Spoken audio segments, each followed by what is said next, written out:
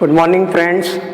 મિત્રો, આજે આપણે ધોરણ 12 પાઠ્યપુસ્તકમાં unit 4 read 2 blind deaf fish. Fish is there but it is blind and deaf. બે વિશેષણ વાપર્યા છે, આંધળી અને બહેરી માછલી. આ કવિતા આજે આપણે શીખવા જઈ રહ્યા છીએ. Blind deaf fish by Anand Acharya. Anand Acharya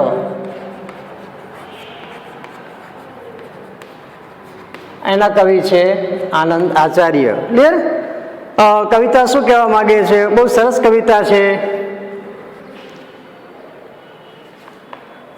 already blind deaf fish, બહેરી આંધળી માછલી, જે જોઈ પણ શકતી નથી, સાંભળી પણ શકતી નથી. જો એ કવિતા શું કહેવા માંગે છે? It's a symbolic poem. એક સાંકેતિક કવિતા છે. આ જુદા જુદા જે કંઈ ઓબ્જેક્ટ્સ અંદર આપ્યા છે એ કંઈક સંકેત રજૂ કરે છે. આખી કવિતાનો ભાવ પણ કંઈક જુદો થાય છે. એનું ટ્રાન્સલેશન કંઈક અલગ છે અને એને સમજવાની કંઈક જુદી રીતે છે, because it is a symbolic poem. જોઈએ પહેલા કવિતા આખી હું વાંચી જાઉં છું. Page number 42. In a dark cave flows a dark river, and on its stony bank there sits a man, old as the sun or older, weaving a yarn of rainbow and humming a song. Full stop ત્યાં આવ્યો. But the blind deaf fish that swim in the stream see neither yarn nor man, nor hear his everlasting song. બીજું વાક્ય અહીં પૂરું થયું. માત્ર બે જ વાક્યમાં કવિતા પૂરી થઈ જાય છે. જોઈએ, ઇન અ ડાર્ક કેવ. કેવ મીન્સ ગુફા. આગળ વિશેષણ વાપર્યું છે ડાર્ક. ડાર્ક એટલે ગૂઢ, ગાઢ, ન સમજાય તેવી, રહસ્યમય. ગુફા છે પણ રહસ્યમય છે. ઇન અ ડાર્ક કેવ, એક રહસ્યમય ગુફામાંથી ફ્લોઝ, વહે છે, અ ડાર્ક રિવર, એક રહસ્યમય નદી. એક રહસ્યમય ગુફામાંથી એક રહસ્યમય નદી વહે છે. બંને રહસ્યમય છે. ગુફા પણ ન સમજાય તેવી છે, નદી પણ કે છે ન સમજાય તેવી છે. એક ગાઢ ગુફામાંથી, રહસ્યમય ગુફામાંથી એક રહસ્યમય નદી વહે છે. ઇન અ ડાર્ક કેવ flows a dark river, and on its stony bank, and અને ઓન ઇટ્સ, ઇટ્સ એટલે તેના, સ્ટોની, સ્ટોનનું વિશેષણ, stony પથરાળ, ખડકાળ, bank કિનારાઓ.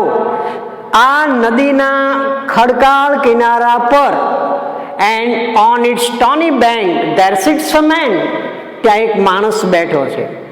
Old as the sun. Old એટલે વયોવૃદ્ધ છે.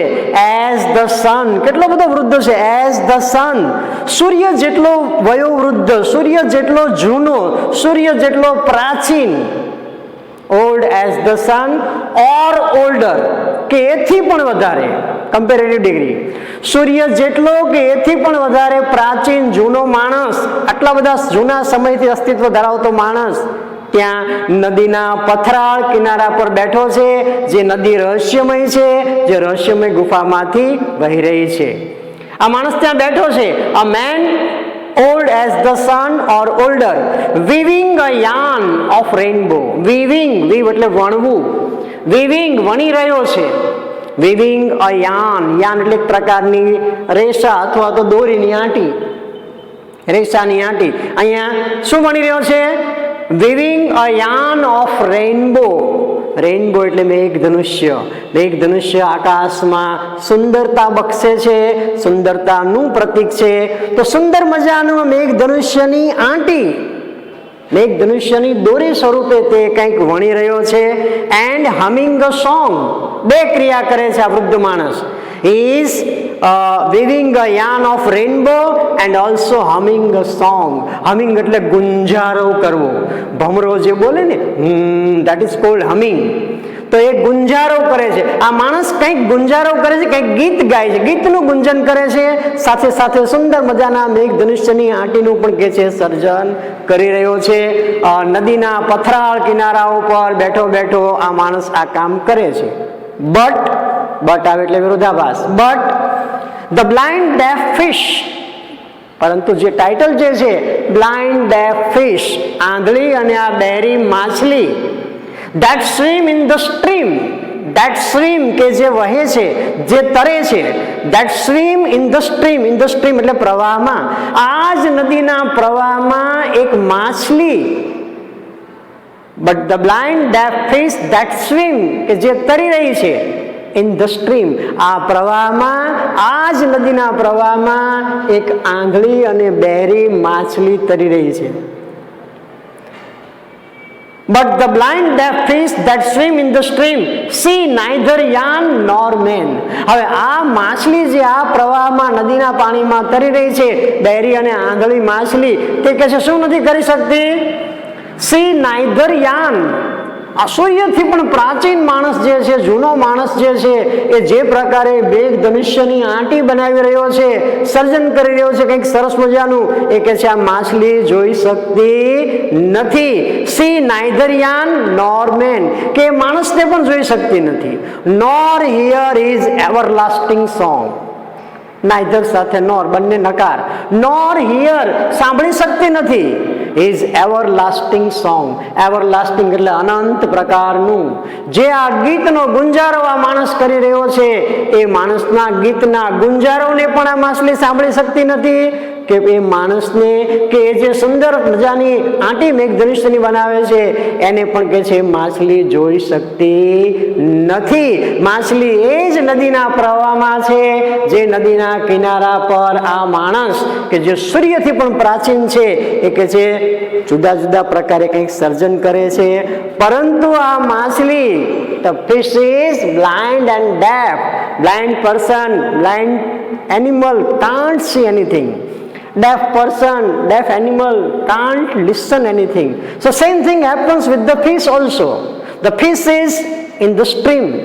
માછલી એ જ પ્રવાહમાં છે, it is swimming, તે તરી રહી છે. There is a man on the stony bank of that particular mysterious river. એ ચોક્કસ નદીના કિનારા પર, ખડકાળ કિનારા પર આ માણસ બેઠો છે. old as the sun or older, સૂર્યથી પણ જૂનો, સૂર્યથી પણ પ્રાચીન. he is weaving a yarn of rainbow, મેઘ ધનુષ્યની આંટી એ બનાવી રહ્યો છે. and humming a song, અને કંઈક ગુંજારો પણ કર્યો છે. but the blind deaf fish, પરંતુ આ માછલી that swim in the same stream, એ જ પ્રવાહમાં તરી રહી છે, it can see neither yan nor man. એ પેલા માણસને પણ જોઈ શકતી નથી, કે એની સુંદરતાનું ક્રિએશન જે છે એ પણ જોઈ શકતી નથી. nor hear its everlasting song, એનું આ અનંત ગીત જે છે એ પણ કે છે સાંભળી શકતી નથી. ટૂંકમાં સૂર્ય, નદી, નદીનો પ્રવાહ, ગુઢ માણસ, પહેલો સૂર્યથી પણ જૂનો માણસ, creation of rainbow, living yarn, humming also a song. But the fish that is blind and deaf, it cannot see the man, it cannot listen the everlasting song of that particular man. હવે આ કવિતાનું આ translation, હવે આ કવિતા કઈ રીતે symbolic છે, આ કવિતા દ્વારા કવિ આનંદાચાર્ય શું કહેવા માંગે છે? તો કવિ શું કહે છે? It's a symbolic poem. આ એક પ્રતિકાત્મક કાવ્ય છે. કયા કયા પ્રતીક છે? તો કે ગાઢ ગુફા. અહીંયા કવિ જે ગાઢ ગુફા કહેવા માંગે છે, ગાઢ ગુફા દ્વારા કવિ શું કહેવા માંગે છે? રહસ્યમય ઉત્પત્તિનો સ્ત્રોત. આ જે ગુફા જે છે એ રહસ્યમય ઉત્પત્તિ છે. આપણી ઉત્પત્તિ કઈ રીતે થઈ, ધેટ વી ડોન્ટ નો, આપણને ખબર નથી, પણ ઉત્પત્તિની પ્રક્રિયા શરૂ જ છે. પણ એ કયા પ્રકારે થાય છે, ધેટ વી ડોન્ટ નો, એ આપણને ખબર નથી. તો આ જે ગાઢ ગુફા જે છે અને ગાઢ નદી, નદી જે છે વહેતું માનવ જીવન છે, એ પણ રહસ્યમય છે. કેટલાય સમયથી માણસો જન્મ્યા જ કરે છે, મૃત્યુ પામે છે. આ સતત ચાલતી પ્રક્રિયા છે, હજી સુધી અંત પામી નથી, રહસ્યમય છે. નદી જે છે વહેતું માનવ જીવન છે. ઉત્પત્તિ આપણી જે છે એ પણ રહસ્યમય છે. માનવ જીવન જે વહે છે, નદીનો પ્રવાહ, એ પણ કવિએ અહીંયા રહસ્યમય બતાવ્યો. વહેતું માનવ જીવન, નદી મીન્સ વહેતું માનવ જીવન. ડાર્કનેસ, ડાર્ક કેવ, ડાર્ક રિવર. આ ડાર્ક શબ્દ છે એ અજ્ઞાનતા સૂચવે છે. અંધકાર, અંધકાર મીન્સ અજ્ઞાનતા, ન સમજાય તેવા પ્રકારની બાબત, આ અંધકાર. ક્લિયર?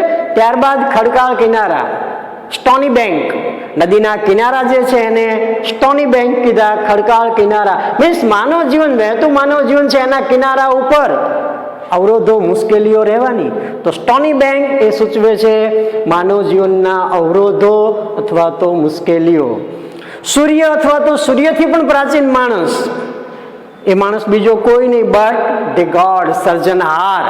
સૂર્યથી પણ જૂનો, સૂર્યથી પણ પ્રાચીન એ માણસ જે બેઠો છે કિનારા પર, સંસારના જે કંઈ વહેતો સંસાર જે છે એના મુશ્કેલીઓ ભર્યા કિનારા પર સર્જનહાર ત્યાં બેઠો છે, આપણી સાપેક્ષમાં જ છે. હી ઇઝ ક્રિએટિંગ, એ કંઈક સર્જનાત્મક કામ કરે છે. બ્યુટીફુલ થિંગ, એક મનુષ્ય છે એ સુંદરતાનું પ્રતીક છે. The God is creating a yarn of rainbow. Yarn એટલે દોરી અથવા તો રેસાઓ. મેઘ ધનુષ્યની દોરીમાંથી સુંદર મજાનું કંઈક બનાવે છે, આંટી બનાવે છે. Means he is creating good things, beautiful things, the best things. સર્જનહાર સારામાં સારું સર્જન કરી રહ્યો છે. માછલી, જે માછલી જે છે it is blind and deaf. Blind means જોઈ શકે તેવું નહીં, ડેફ મીન્સ સાંભળી ન શકે તેવું. ફિશ, માછલી છે, it stands for a human beings, for a man. માણસનું એ પ્રતીક છે.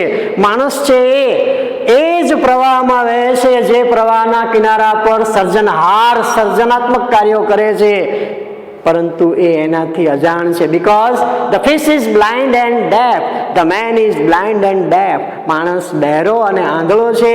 ધો ગોડ ઇઝ ધેર, ઈશ્વર ત્યાં જ છે, but it is not possible for that man to glance at the creator, at the God. ભગવાન સામુ એક નજર કરવા માટે પણ તે શક્તિમાન નથી, તે કેપેબલ નથી. It cannot listen the humming song of that particular God. એ ભગવાનના ગુંજારવને પણ એ સાંભળી શકતો નથી. ઈશ્વર સમીપ હોવા છતાં પણ તે ઈશ્વરીય બાબતોથી અજાણ છે.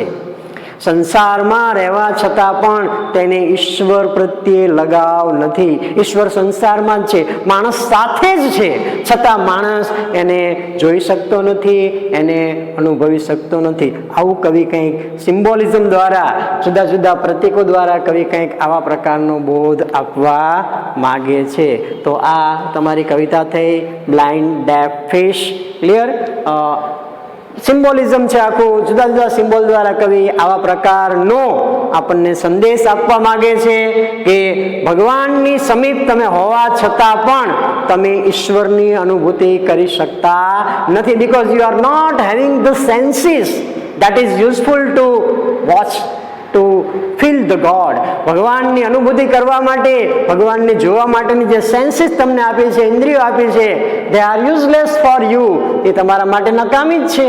because it is blind, because you are deaf. You are blind, you are deaf, you cannot see, you cannot listen, you cannot see the best creation of the God, you cannot listen the humming song of that God. The God is, though God is there, God is within you, God is on the stony bank of that particular river in which you are.